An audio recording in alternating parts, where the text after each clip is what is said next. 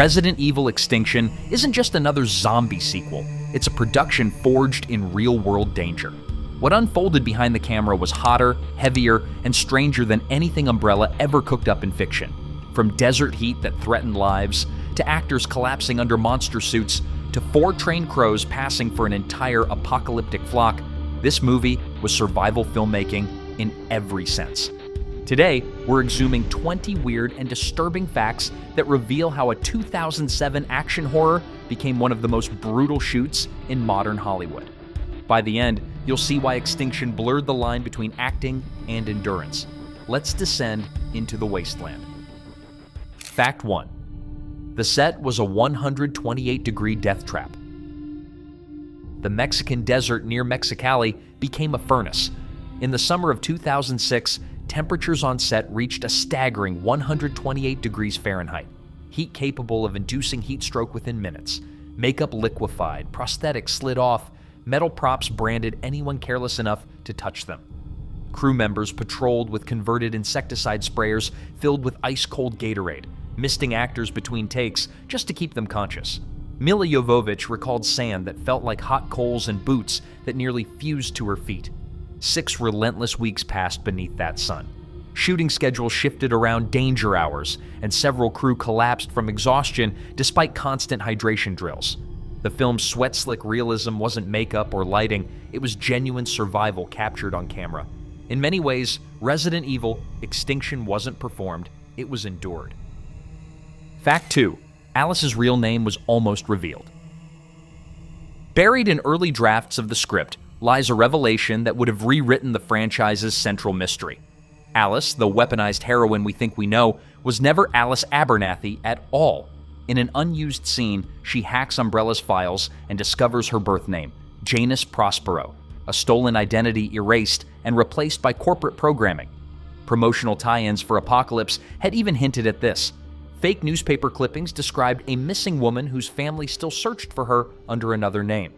The implication was chilling. Umbrella didn't just clone soldiers, it kidnapped civilians, wiped their memories, and rebuilt them as property. But director Russell Mulcahy and writer Paul W.S. Anderson cut the twist late in editing, choosing mystery over closure.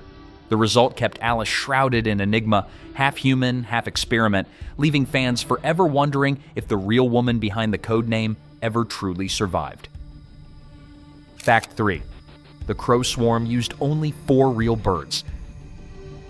That unforgettable convoy attack, thousands of infected crows darkening the sky, was achieved with astonishing restraint. The production used just 4 trained crows. For weeks, animal trainers conditioned the birds to respond to subtle hand cues and to peck at hidden scraps of raw liver sewn into actors' clothing. Every frantic close-up of birds striking faces or clawing at windows was genuine. Then came the illusion. Digital artists spent nearly a year layering computer-generated flocks over desert plates, combining them with stock footage of real swarms. The seamless fusion of live action and visual effects fooled almost everyone. What audiences saw as an unstoppable wave of death was, in truth, a handful of clever performers and a mountain of post-production wizardry. It's a perfect snapshot of Extinction's ingenuity. Limited means limitless menace. Fact 4. The Tyrant suit weighed 40 pounds. When Dr. Isaacs mutates into the monstrous Tyrant, actor Ian Glenn wasn't just playing a beast, he was carrying one. The torso section of the practical suit alone weighed about 40 pounds with additional prosthetics for limbs, claws, and a heavy animatronic headpiece. Designed by effects master Patrick Tatopoulos, the suit combined layers of rubber, foam, and metal armatures to mimic exposed muscle tissue and biomechanical joints. Glenn performed fight choreography and wire stunts while entombed in this sauna of latex, filmed under the same desert sun that tormented the rest of the cast. Every heaving breath, every stumble in that final battle came from genuine exhaustion. The design paid homage to the T-002 Tyrant from the original Resident Evil game, bridging fan nostalgia with practical brutality. By the time cameras wrapped, Glenn had literally sweated gallons inside his second skin, a performance as punishing as it was unforgettable. Fact 5. Milla Jovovich designed Alice's look. Few blockbuster stars ever control their own wardrobe, But Milla Jovovich did more than approve fabric samples. She created Alice's signature style. Through her fashion label, Jovovich Hawk, co-founded with designer Carmen Hawk, she crafted a blend of function and flair the crew dubbed survivalist chic. Flowing tan wraps deflected heat. Leather straps secured hidden weapons. Weathered textures sold the illusion of a long sun-scorched journey. Jovovich insisted that Alice's costume tell a story of resourcefulness, gear scavenged from ruins rather than tailored in a studio. Her dual identity as actor and designer gave her rare control over movement and silhouette. She made sure the outfit flexed for combat while flattering the camera's eye. The crossover blurred fashion and film. Post-apocalyptic couture born from real utility. Alice's desert drifter aesthetic didn't come from costume design meetings. It came straight from the actress who lived inside it. Fact 6. Australia was the original location. Long before cameras rolled in Mexico, the filmmakers envisioned extinction unfolding across the Australian outback. Its crimson dunes and endless horizons seemed perfect for a post-apocalyptic Earth. Location scouts mapped routes, budgets were drafted, and permits prepared, until financing complications and shifting tax incentives dismantled the plan. Practically overnight, production uprooted and shifted continents to northern Mexico. The relocation triggered months of delays, equipment rerouted by cargo ship, crew replaced, and contracts renegotiated. Filming, originally slated for late 2005, finally began in May 2006. The move drained money and morale, yet the desolate Mexican landscape delivered something unique. Harsher light, dustier winds, a bleached color palette that turned the apocalypse tangible. The chaos behind the scenes mirrored the chaos on screen. Out of logistical disaster, the film found its wasteland. Fact 7. The film was a massive box office success. Critics dismissed Extinction as empty spectacle, but audiences turned it into a juggernaut. With a budget of roughly $45 million, the film earned nearly $148 million worldwide, tripling its cost and topping the US box office on its opening weekend in September 2007. It outperformed expectations and silenced doubts about franchise fatigue. Reviewers mocked its plot, yet fans packed theaters for Milla Jovovich's return and the promise of mutant mayhem. The financial success secured the green light for Resident Evil Afterlife and ensured the series' long survival. In Hollywood math, profit outweighs prestige, and Extinction proved that a devoted fan base could overpower critical disdain. What the desert tried to kill, the box office resurrected. Fact 8. Sony hid the film from critics. Before release, Sony Pictures took a controversial step. No early screenings for critics. No press previews, no advance reviews, just blackout. The studio remembered how earlier entries were savaged in print and decided to protect opening weekend profits. The tactic worked. With no negative press circulating, fans flooded theaters on name recognition alone, pushing Extinction to #1 before critics even bought their tickets. By the time reviews labeled it brainless, the film had already earned back its budget. It was cynical perhaps, but undeniably effective. The move cemented a marketing truth for franchise cinema. When your audience is loyal enough, silence is more valuable than publicity. Fact 9. It was meant to be the bloodiest installment. From its earliest storyboards, Extinction was engineered to be the most violent installment in the series. Director Russell Mulcahy and writer Paul W.S. Anderson wanted to reclaim the horror tone fans felt had been diluted by action. They studied MPAA guidelines to toe the R-rating line. Heads torn from shoulders, bodies split by claws, and the unnerving clone massacre that opens the film. Gore wasn't decoration, it was a declaration. Audiences who'd accused the franchise of going soft finally got the carnage they'd demanded. Mulcahy's camera lingers on the aftermath, letting brutality sink in. Every drop of blood served a purpose, to remind viewers that survival horror means horror. Extinction may have traded laboratories for desserts, but it never traded restraint. It annihilated it. Fact 10. The opening is a twisted remake of the original. The film begins with a haunting sense of déjà vu. Alice awakens in the familiar Spencer mansion, retracing the first movie's beats, the hallways, the mirrors, the laser corridor, then the twist. She's sliced apart by the very trap she once survived. The camera pulls back to reveal rows of dead clones dumped into a pit. a graveyard of failed experiments. It's a chilling image, dozens of identical corpses sprawled like discarded prototypes. The scene serves as a mirror for the franchise itself, dissecting repetition and rebirth. Umbrella's pursuit of perfection mirrors Hollywood's cycle of sequels, same formula, slightly altered DNA. By murdering its own heroine in the first 5 minutes, Extinction announces its new philosophy. Nothing, not even the protagonist, is sacred. It's equal parts commentary and cruelty. A self-aware reboot born in blood. Fact 11. The zombie dogs got an upgrade. In the first 2 Resident Evil films, the Doberman Pinschers were as iconic as they were unreliable. Despite their intimidating appearance, the dogs constantly disrupted filming by licking off the prosthetic gore applied to their bodies. Every take became a reset. So for Extinction, the effects team switched breeds to the Belgian Malinois, a leaner, sharper, and far more obedient dog known for military and police work. The difference was immediate.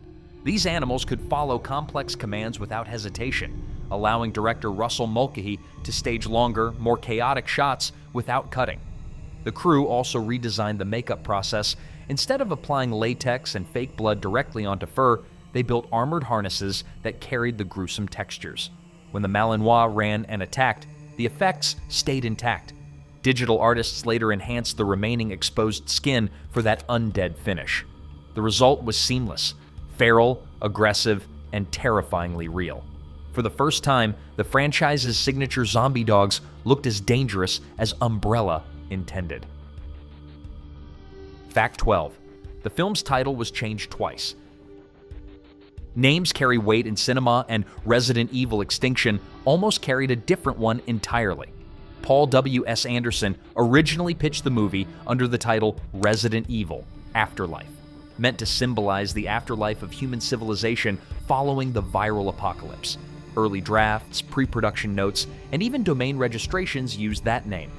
But as filming neared, Screen Gems opted for a harder title, Extinction, to emphasize the global death spiral overtaking the planet.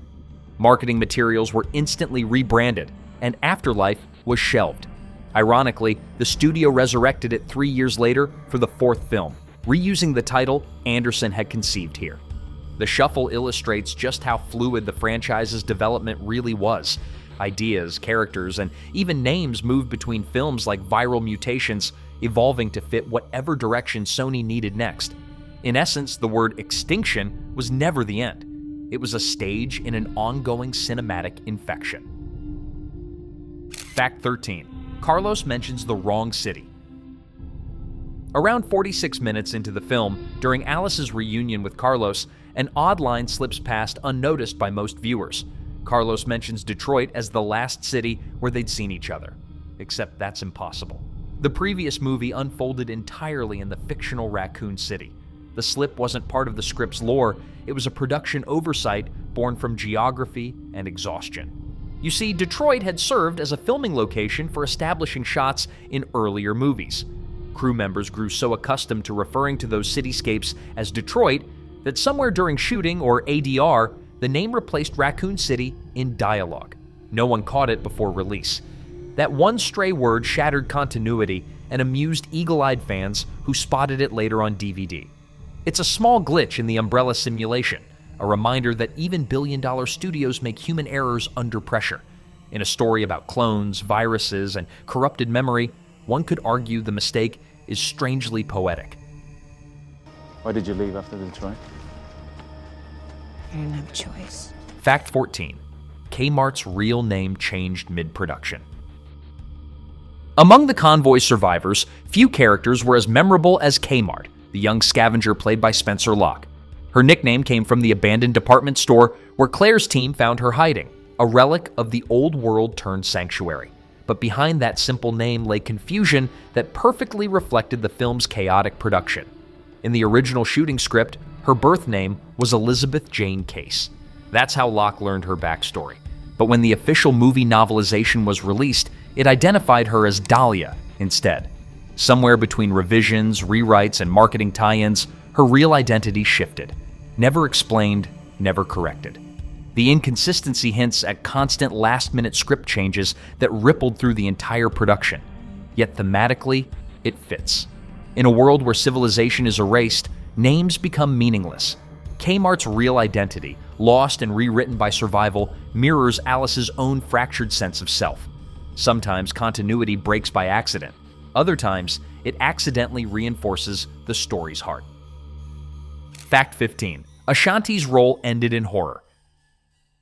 Grammy-winning R&B artist Ashanti joined the cast as Nurse Betty, the convoy's medical lifeline. Her role began as a symbol of hope, a compassionate healer caring for children and patching bullet wounds in the wasteland. But Mulcahy and Anderson had a cruel twist planned. In the now infamous crow attack sequence, Betty becomes trapped inside a school bus surrounded by hundreds of infected birds.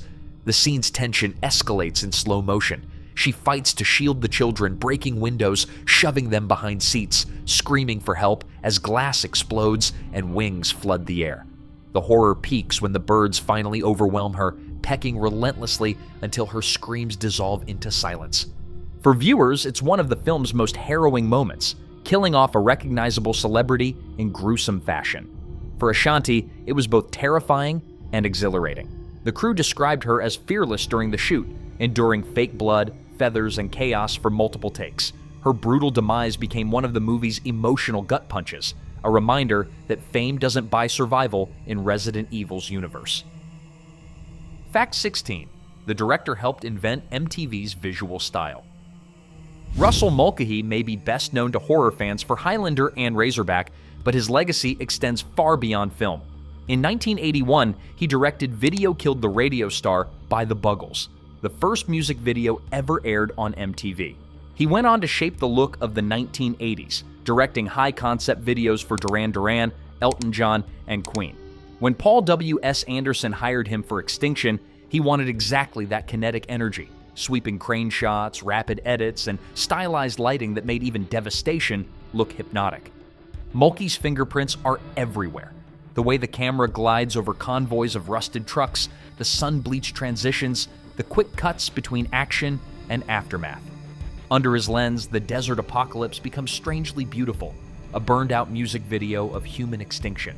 His style turned what could have been a bleak wasteland into a rhythm of survival, keeping the audience entranced even as the world crumbled frame by frame. Fact 17. The timeline breaks from the games entirely. If you've played the Resident Evil games, you'll know that by the time Resident Evil 4 arrives, the world hasn't collapsed. It's scarred but functional. Not so in Extinction. The film jumps ahead several years into total global ruin, transforming localized outbreaks into planetary annihilation. The virus consumes everything. Oceans dry, cities crumble, and life itself evaporates. Fans were shocked by the divergence. Anderson intentionally broke from Capcom's continuity, freeing the film universe from canon's constraints. By turning Earth into a sun-bleached graveyard, he created a sandbox of creative freedom where anything could happen. Clones, telekinesis, viral evolution. It alienated purists but gave the series identity. The shift from adaptation to alternate history let Resident Evil evolve beyond its source, for better or worse. In essence, Extinction wasn't trying to play the same game anymore.